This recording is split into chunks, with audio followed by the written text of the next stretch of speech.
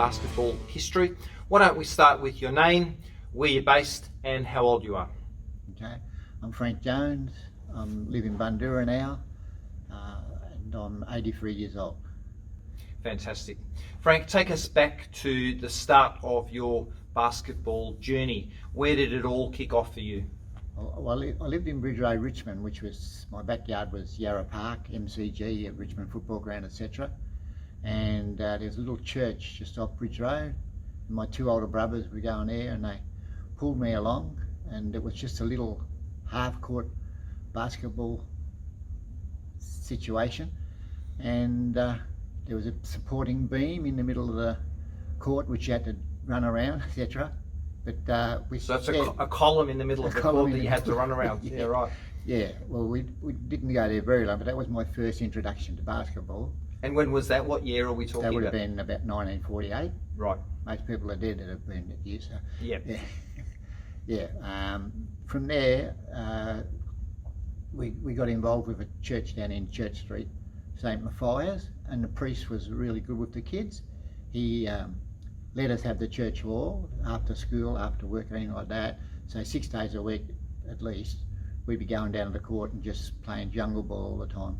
No coaches, but yeah. So my two older brothers, they one was 4 years older, one was 2 years older, but they wouldn't give me a crust off their bread. They had to earn everything. Yeah, got it. So 1948 is probably one of the earliest memories we've been able to sort of capture so far. Perhaps you can just give us the context. What was going on in Australia at the time? I imagine it would have been about footy and cricket, and that basketball would have been a very small blip on the radar. Yeah, well, I'd never sort of seen anyone else play it before. My mum and dad, they were into badminton a bit, which I was for a while. Dad played cricket at a pretty high level, and so they encouraged us to play sport all the time. So I'd be playing badminton, football, cricket, tennis, even messing around golf over to Yarra Park, taking a couple of old golf sticks over there. Yeah, bought from the market in the city. Yeah. So, but then sort of basketball come along and took over a fair bit of my life. Yeah.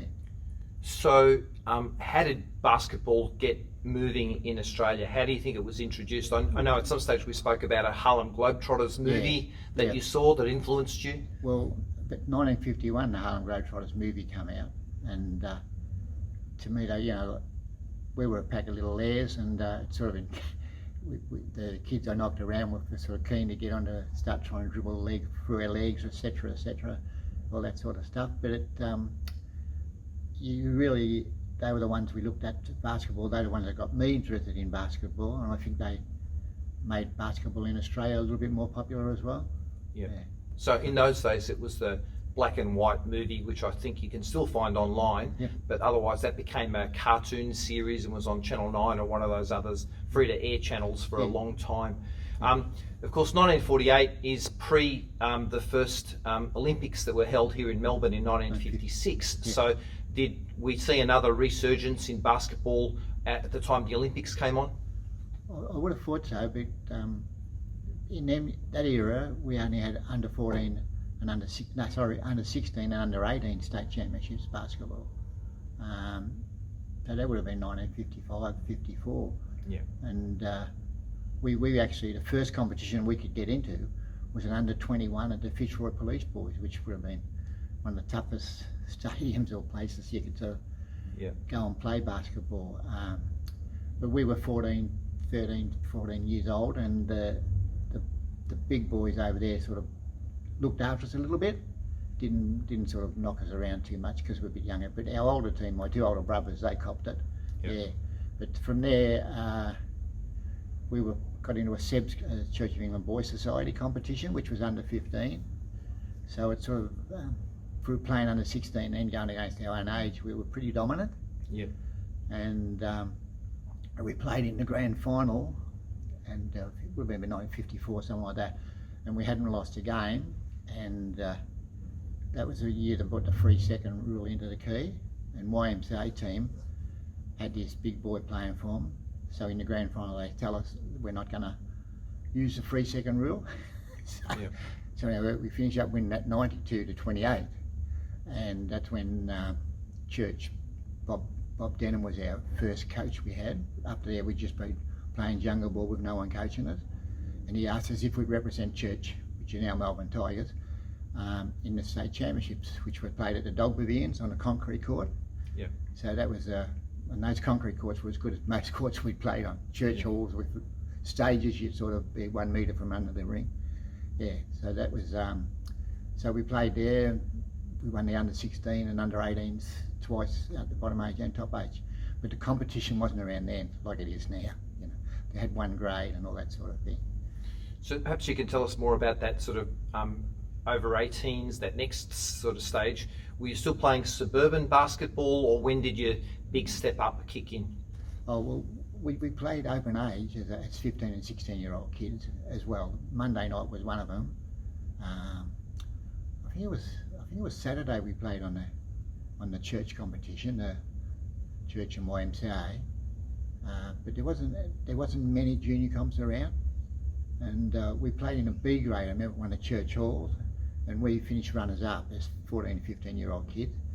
And the team that won it was a bit like us, younger, but they didn't want to go up. And the 6 of us boys, we wanted to go up to A grade. So some 5 of those 6 boys actually went on to play in the Victorian State Championships, senior. So we went from, we played domestic. I played domestic Monday night, Thursday night, Friday night. We played the state championships on a Wednesday night. We trained Saturdays and Sundays for 2 hours, and then Saturday morning, Sunday morning. So we were pretty professional for amateurs. So 5 doses of basketball per week, yeah? Yeah. And your skills in those early formative stages, what was it about your game that you brought to the team and the sport? Well, through playing a lot of jungle ball, I think we sort of got a lot of unorthodox type of movements until we got coached properly. Yeah. So we were fairly flexible in our movements. I was very quick, most of my other teams. I had good vision on the court. I think I could pass the ball, you know, where I could sort of see anyone that was open. I think that sort of was one of my more dominant places. I wasn't a very good outside shot. I was fairly quick. I could steal the ball and get away for a fast break. Fairly quick. Yeah, got it. Frank, are we approaching the highlight, the pinnacle of your basketball career at this stage? Did you make it onto a big team? Yeah, well, actually, we represented the church, and then we went from the under 18s. We went to play Victorian reserve grade championships. Yes. Which was at the showgrounds at the time. We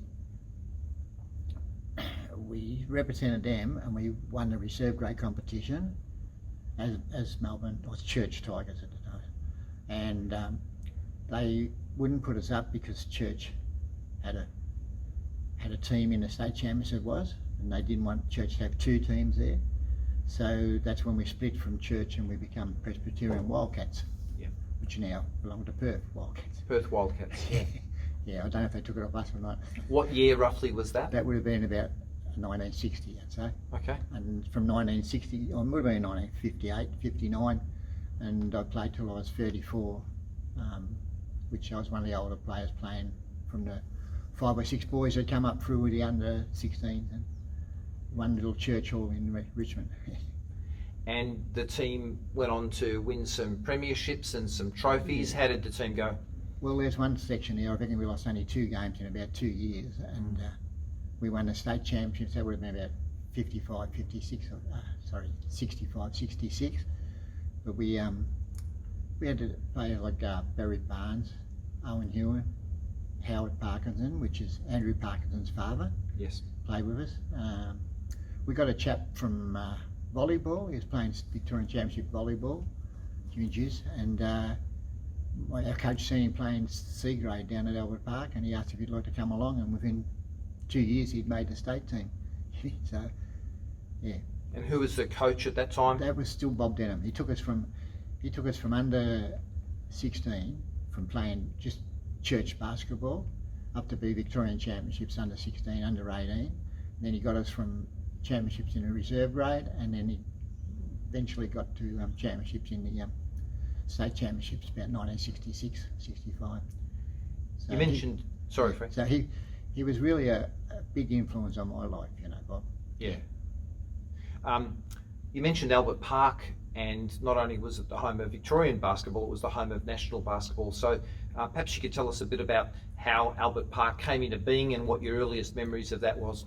Yeah, well, actually, we were part owners over there for a little while. There's clubs all over the place put in. I think it was £200 at the time. Might have been dollars. I'm not quite sure. And I think it would have been pounds. The clubs just put in so much money, and we helped pull the old army halls apart, and then we helped do a little bit of work to sort it on. But the £200 was repaid to our club later on. I don't know what happened to teams that maybe sort of disappeared. Yeah. But we were part in building it, and to go from the church hall to the Albert Park Stadium, full-size courts and balls are much better than the level lace-up ones I started with, you know. Yeah. And it was just a magic experience, really. Yeah, and you got a 6-court stadium, 5-court stadium. Yeah. During this period up until 1965, I guess you're in your best form or best part of your career. Have you got some career highlights that you look back on and you'd like to talk about? Well, the one when we beat San Jose, that was, we played them as our club team. No Olympic players in our team. A few Australian, like state players played for Victoria. And just before the game, they announced that this is the team come over to show us how to play basketball. And we knocked them off. So they beat the Australian team, they beat the Victorian team, they beat the Melbourne Tigers. But maybe we got them on the bounce, you know, maybe. But that was a pretty big highlight. Another time in Adelaide, I was playing in a national game, and the scoreboard was wrong, and they were freezing the ball, and the scoreboard had 1 point. We were 1 point down, so I fouled someone deliberately and sent him to the line. He got his 2 foul shots in, but then we realised it was, I realised that it was the scoreboard was wrong, and instead of having an extra 5, I'd sort of put him to the line to give him a 2-point lead. But anyway, Colin Cadee passed me the ball, and from about halfway line I let it go and it went in to draw the game. No 3-point in 10 days. But to have an Adelaide crowd stand up and give you a standing ovation when you're from Victoria was pretty hair tingling. So, Colin Cadee may have been the father of Robbie Cadee, or one. No, his brother. Oh, his brother. Yeah. It was his brother. He actually coached Keilors for a little while. Yeah. So I think it was a bit later than that, a bit after 1965, that we started seeing a much bigger competition evolve out of Albert Park. At what stage did we see Australian basketball get on ABC television and start to have, a bigger base of supporters? What year would that have been? It would have been mid-60s, I think. I know we played one of the first games, and that was on Channel 2, I think, at the time then. But it was a sort of one-off, yeah. Other than that, I suppose it would have been early 70s, maybe. Yeah. Best player you ever competed against? Well, I'd like Billy Wyatt. He played with Lindsay Gazes, Melbourne, and he was to me he was a player that was fairly solid, not solid in weight, in muscle tone. He's a very good athlete. Yeah. So, other than that, I played with Barry and Owen, who were very good players. Howard Parkinson, Andrew's dad. Yeah. So there's no one I sort of was scared of, put it that way. Yeah, most of them I could have put a mix it with Big Mike Dancers and his brother George from Adelaide. They were big boys to play against. Yeah, Michael Armat from Adelaide, first Aborigine to play for Australia basketball. Yeah. So when we started our chat today, you mentioned that the Harlem Globetrotters were one of your your earliest inspiration. But of course, during this period that we're talking about, we started to see the Harlem Globetrotters come out to Australia, and they used to put on shows at Kooyong Stadium and otherwise got a big profile here in Australia. So perhaps you can talk about that, not watching the movie, but instead seeing the real live Harlem Globetrotters. I guess they were on the lips of everyone in the basketball community at the time. Yeah, but it was more of a comedy show than a basketball game. they actually, we had Jimmy, who was he? One of my teammates worked for the newspapers, and the Harlem Globetrotters were invited to play against his news team, and it was going to be in the paper and all that sort of thing. Anyway, so I thought, this would be interesting, go down and watch them play real basketball. So I go down to Albert Park. It's two of the Harlem Globetrotters set up, right, and they're playing this team from the news, and they've got their own, they've got uniforms and everything made up for the game. Yeah. So all they done was, for 5 minutes, they passed the ball around, took a couple of photos. In the paper the next day, I read about how this game was played and how they kicked their bottoms, that sort of thing. Yeah. So a little bit of made up there, but you did. It wasn't so much so. A good basketball would know they were falling over on purpose and that sort of thing. They were still had tricks that they could do. Yeah, of course. But it was more of a floor show than a basketball game, though. Of course. So if they were the floor show and the comedy routine, when did Australians first start to get a picture of what we know today as the NBA? When did we start seeing some of those iconic American teams and players? Yeah, well, I would have said mid-60s they started to sort of come down for Australia for a bit of a holiday and a bit of a game, yeah, possibly, yeah. But and then I know the first two Americans that come out, the church brought them out. One was Freddie Guy. I can't remember the other chap's name, but Freddie Guy was about 6'7", 6'8", which in my era was pretty tall. We had 6'3" guards, post players in my era. 5'7", my age, my size wasn't that unusual. Now you're a little shrimp if you're playing. You got 6'10" point guards. So, yeah, but it would have been middle 60s when they started. Started to recognise that the '56 Olympics would have woken the basketball up a little bit. Yeah, exactly. Yeah. So I don't think it was till very late 70s that we started seeing NBA telecasts come across on Channel 7, and we got introduced to Larry Bird and the Celtics and Magic Johnson. But did you have an iconic NBA team at some stage that you looked up to? Not really. Even now, I just more support the Australian players playing in the NBA team. Yeah, but I do like Miami because I like their coach and I like the way he plays the team basketball. Yeah. So, yeah, if I was going to pick one, it'd be Miami at the moment, I suppose. Yeah. Yeah. Frank, at some stage you transitioned from the arc or the top of the arc of your basketball career into Masters basketball. So how did you get started in Masters basketball? Well, that was about 1988, 89, and they had it was more elite then too. It was over in Tasmania, and someone knew, because I was still playing around in the stadium, and someone just asked me if I'd be interested, and I got about another 4 players to go along there, and that was the first, and it was really, we played 2 games every day. They allowed 2 hours for every game. They stopped the whistle on it. They stopped the game on every whistle, and by the end of the week, there was, you were really flat out walking around. They supplied meals for us for the day. We'd go down there, they'd give us meals, sandwiches, etc. They had 3 people there for physio work, which was just all no charge. Yeah. So, but it was only, I think it was over 35s and over 40s. So it's only the 2 grades then. And so this was the first Masters basketball tournament held down in Hobart. Yep. When did you start to see Masters basketball or over 35s basketball start to grow in a suburban competition? Well, it started around that era, I reckon, because I come back in Mill Park, they started at 35 plus, sorry, it was 30 plus then. They brought it up to 35 plus as the first one that I knew of. Yeah, but it was good in one way because, you're 34, I was training 5 or 6 days a week, and then all of a sudden I retire and there's sort of nothing to do. And then I actually went in an ultra marathon race. I lost 9 kilos in one day. It was 38 degrees, just because I wanted to do something competitive. Yeah. But then the Masters started, and that was, I was a little bit better at basketball than I was at running marathons. So, and I didn't like losing 9 kilos in one day.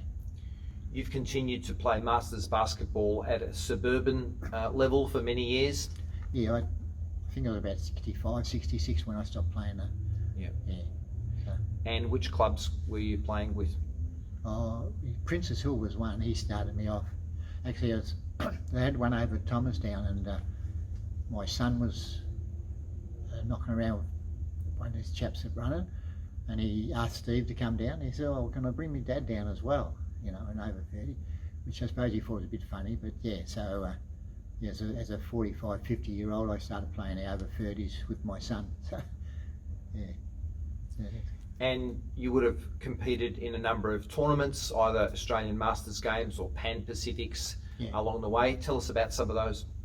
Well, the first one that was really important was, well, the first one we had in Tassie was good, but the one when we played the World up in Brisbane, that was very good. You know, playing Americans and that was become very strong then. You know, yeah. So you've been to a few World Masters Games along your journey. I've only been to the Oregon one. I've been to Sydney and Perth, and Sydney and Brisbane. But I didn't. I went to Oregon. Other than that, you know, I wasn't.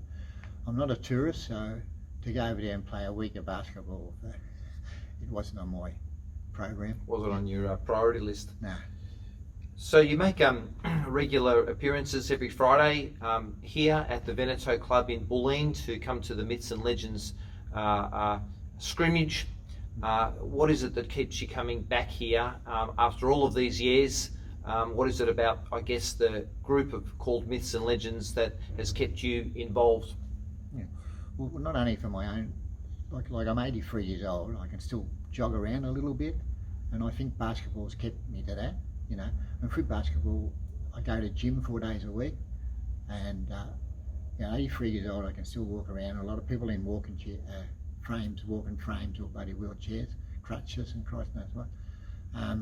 But not only that, for my own health, it's just physically or mentally talking to the people around here, like yourself and you chap coming in. Then you got Barry, Jack Gibson, Ian Farr, just all the guys that are around. Little Donnie Roberts when he was coming down. It's just nice to keep the contact going, and you know, I enjoy chucking the ball around a little bit.